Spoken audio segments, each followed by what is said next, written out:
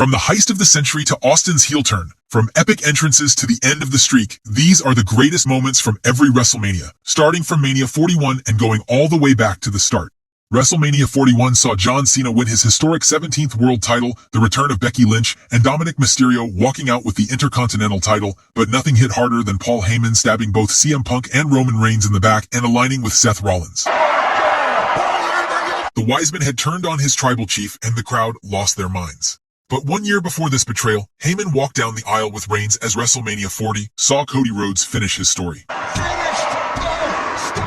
After 2 years of struggle, the American Nightmare had finally reached the top, and the final moments of the match, with cameos from Cena, Rollins, the Usos, and The Undertaker, will go down as one of the greatest endings in Mania history. But the road to that moment began a year earlier at WrestleMania 39. Mania 39 saw Solo Sikoa help Roman Reigns retain the gold, an absolute banger for the IC title, and Rhea Ripley winning the SmackDown Women's title. But the moment that froze everyone in their seats was when Sami Zayn became the first man to kick out the Usos' 1D finisher in a 5-star main event on night 1. WrestleMania 38 planted the seeds of all of it when Cody Rhodes made his shocking return to WWE and started his journey towards dethroning Roman Reigns. And speaking of Reigns, WrestleMania 37 reminded everyone why the Tribal Chief was the final boss of wrestling when he pinned both Edge and Daniel Bryan, stacking two legends on top of each other to retain the Universal Championship. WrestleMania 36 gave us no crowd and empty arenas, but somehow delivered one of the most cinematic moments in wrestling history when The Undertaker and AJ Styles took their feud to a boneyard match. The epic visual of Taker rising from the dead once again and standing behind an overconfident Styles became an instant meme and Mania 36's defining moment. WrestleMania 35 was the night of historic firsts, but nothing was more emotional than Kofi Kingston finally winning the WWE Championship and celebrating with his family and New Day brothers. WrestleMania 34 was a letdown, but delivered some memorable moments like Ronda Rousey's in-ring debut and The Undertaker returning to face John Cena. However, it was the return of Daniel Bryan that had everyone in the arena chanting yes in unison. A man who had been told his body would never allow him to compete again and defied every doctor, every doubt, and every odd to return to the ring at the grandest stage of them all. WrestleMania 33 had its highs and lows, but the moment that stopped the world was the Hardy Boys music hitting out of nowhere, with Matt and Jeff walking out to one of the loudest pops in Mania history. WrestleMania 32 was an underwhelming show overall, but also gave us John Cena returning to save The Rock from the Wyatts, HBK, Austin, and Mick Foley taking out the League of Nations, and a solid ladder match for the IC title. However, the moment that really stole the show was Shane McMahon jumping off the top of the Hell in a Cell structure and crashing through the announce table. Only at WrestleMania would a 46-year-old billionaire leap off a 20-foot cage onto a zombie mortician just to entertain the world. WrestleMania 31 saw the Mania debut of Sting, Daniel Bryan winning the IC title, and one of the greatest RKOs of all time. By the time the main event match arrived, it felt like Vince had already played all his cards until Seth Rollins' music hit and the Architect pulled off the greatest cash-in in WWE history. The heist of the century will always be remembered as one of Mania's greatest endings, and WrestleMania 31 went from mediocre to unforgettable in an instant. But speaking of unforgettable, nothing might ever top the emotional highs and lows of WrestleMania 30. It gave us the coronation of Daniel Bryan, but it was also the night the unthinkable happened. Brock Lesnar broke The Undertaker's undefeated streak, and the silence that fell over the Mercedes-Benz Superdome in New Orleans was unlike anything in wrestling history. 60,000 fans sitting in stunned, collective disbelief, unable to process what they had just witnessed. The most sacred record in sports entertainment was gone, and nothing in WWE would ever feel the same again. WrestleMania 29 was built around The Rock versus John Cena in their rematch, but the moment that stole the show was CM Punk leaping from the top rope and hitting The Undertaker with a diving elbow drop onto the announce table. WrestleMania 28 gave us Cena and Rock's dream encounter, Daniel Bryan losing in 18 seconds, and Team Johnny versus Team Teddy. However, it was the post-match moment from Triple H and Undertaker's Hell in a Cell battle that defined this night. Shawn Michaels and Undertaker helping a broken Triple H to the back while the crowd serenaded all three legends with a standing ovation, knowing deep down they were watching the final chapter of an era. 1 year before their epic battle, WrestleMania 27 gave us Undertaker versus Triple H in a match so brutal it looked like neither man would walk out on their own. And then came the moment that redefined the concept of kickouts, when Triple H hit a tombstone piledriver on The Undertaker and the dead man kicked out, sending the crowd in Atlanta into a frenzy. It was the ultimate moment that showed that the streak was more than a number. It was a force of nature. The streak had defined Mania once again the year prior at WrestleMania 26 when Shawn Michaels took his last stand.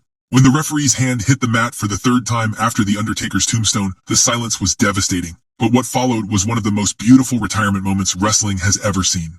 HBK had lived and died by WrestleMania his entire career, and he went out on the grandest stage exactly as he deserved.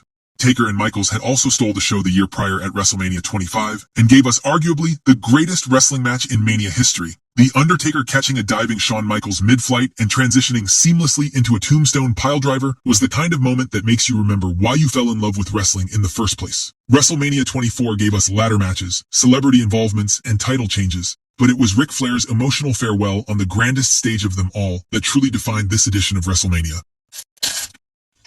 WrestleMania 23 had no business being as entertaining as it was. We got a star-studded Money in the Bank ladder match, 2 epic world title matches as Taker dethroned Batista, and Cena retained against HBK. But Donald Trump shaving Vince McMahon's head bald in the middle of Ford Field after the Battle of the Billionaires delivered exactly the kind of absurd spectacle that makes WrestleMania unlike anything else in entertainment. Say what you will about the man, Vince McMahon getting his head shaved in front of 80,000 people showed his commitment to entertaining the fans at its most ridiculous.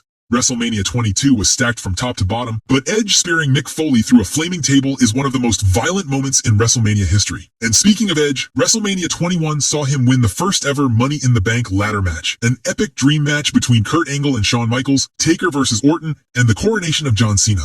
But the moment that defined this night was when Batista, fresh off his explosive babyface turn, defeated Triple H to win the World Heavyweight Championship, completing one of the most satisfying rocket ship rises in WWE history. The animal had arrived, and Evolution's most dangerous creation had finally outgrown its creator. 1 year before this, WrestleMania 20 gave us a moment so pure it almost doesn't feel real. Chris Benoit and Eddie Guerrero, 2 best friends who had clawed and scraped their way to the very top of this industry, against every odd imaginable, embracing and crying together in the middle of Madison Square Garden with both world championships. What happened later cannot erase what that moment was. 2 underdogs at the summit holding each other up. WrestleMania 19 was one of the most underrated installments in the show's history. We got a crazy brawl between Hogan and McMahon, a fantastic bout between HBK and Chris Jericho, and the third and final installment in the Rock vs. Austin saga. But the moment that lives in infamy came when Brock Lesnar climbed to the top rope and launched himself into a shooting star press, a move that a 295-pound monster had absolutely no business attempting. He didn't quite make the rotation, landed on his head, almost broke his neck, and somehow got up and finished the match anyway, making it one of the most terrifying and oddly legendary botches in WrestleMania history. WrestleMania 18 saw Triple H and Chris Jericho battle it out in the main event. But the moment that defined this night didn't come from a title change, it came when the crowd erupted the second Hulk Hogan and The Rock stood face to face in the ring. Toronto had come to cheer the villain and boo the hero, and what followed was a generational clash with one of the most energetic crowds in Mania history.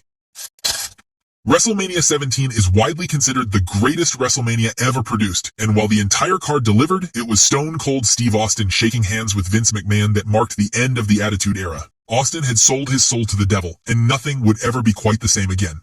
WrestleMania 16, better known as WrestleMania 2000, is not remembered as a classic, but it gave us one of the most jaw-dropping acts of pure insanity ever when Jeff Hardy climbed a 20-foot ladder and delivered a swanton bomb onto Bubba Ray Dudley lying on a table below.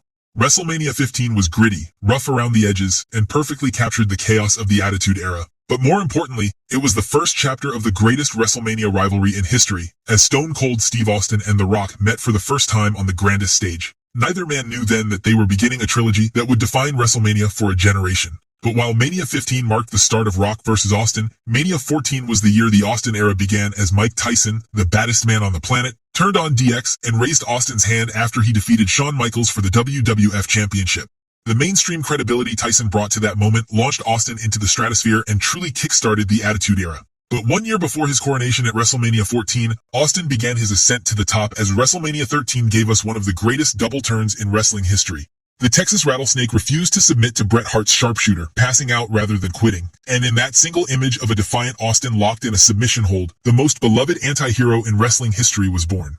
Bret Hart was involved in another era-defining moment the year prior at WrestleMania 12, when Shawn Michaels descended with a zipline and won the WWF Championship from Bret Hart, completing his boyhood dream.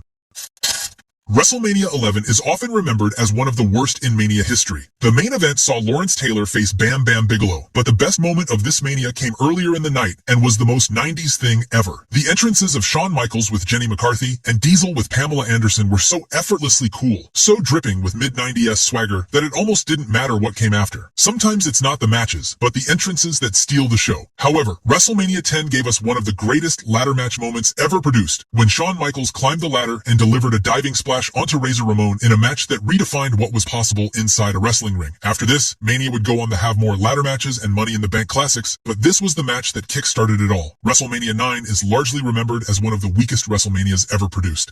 It had an absurd setting, the most disappointing Undertaker streak match, and overall a show that didn't feel Mania-worthy.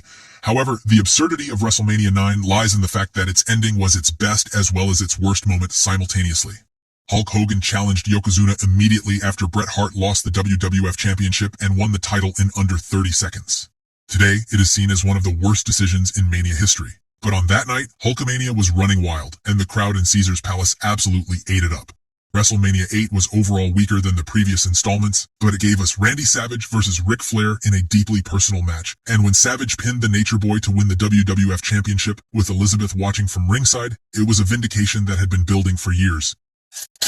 But 1 year before this, WrestleMania 7 gave us what many consider the most wholesome moment in WrestleMania history. The post-match reunion of Randy Savage and Miss Elizabeth, who rushed from the crowd and embraced her former love after he was brutally attacked by Sensational Sherry, was enough to make grown men cry. But while WrestleMania 7 was defined by love, Mania 6 was built around power and supremacy. WrestleMania 6's main event was the Ultimate Challenge, Hulk Hogan versus the Ultimate Warrior, title for title. And the single greatest image that night was the two most physically imposing icons of that era, standing face to face before the bell. Only a few face-offs in Mania history can rival this moment, and it represented two of the biggest stars of the golden era at their peak. But while WrestleMania 6 saw Hogan and Warrior collide, WrestleMania 5 saw the mega powers explode. Hulk Hogan and Randy Savage, former best friends and tag team partners, finally came face-to-face in the main event with the WWF Championship on the line. The months of jealousy, tension, and betrayal all came to a head in Atlantic City, and the crowd was red-hot for every single second of it. WrestleMania 4 was a grueling one-night tournament to crown a new WWF champion, and Randy Savage battled through 4 matches in a single night to win the title in the main event. It was the coronation of one of the greatest characters the wrestling world has ever seen, and every second of it was earned. But while we're talking of Mania's greatest moments, Mania 3 might very well take the cake. WrestleMania 3 needed one defining image to cement itself as the greatest spectacle wrestling had ever produced, and it got it when Hulk Hogan, in front of 93,000 screaming fans inside the Pontiac Silverdome, body-slammed the 520-pound Andre the Giant. The roar that erupted in that building in that moment is the sound of professional wrestling reaching its absolute peak during the golden era. WrestleMania 2 is often overlooked in the WrestleMania conversation, but it gave us a moment of pure Hogan drama when the Hulkster, trapped inside a steel cage against King Kong Bundy, climbed the cage wall and escaped to win, sending the crowd into the kind of frenzy that only Hulkamania at its peak could generate. It was spectacle over substance, and in 1986, that was more than enough. And then there was WrestleMania 1, the night that started everything. When Hulk Hogan and Mr. T stood across the ring from Roddy Piper and Paul Orndorff in Madison Square Garden on March 31, 1985, nobody fully understood what they were witnessing. It was the birth of a phenomenon that would outlast every critic, every doubter, and every era of professional wrestling that followed.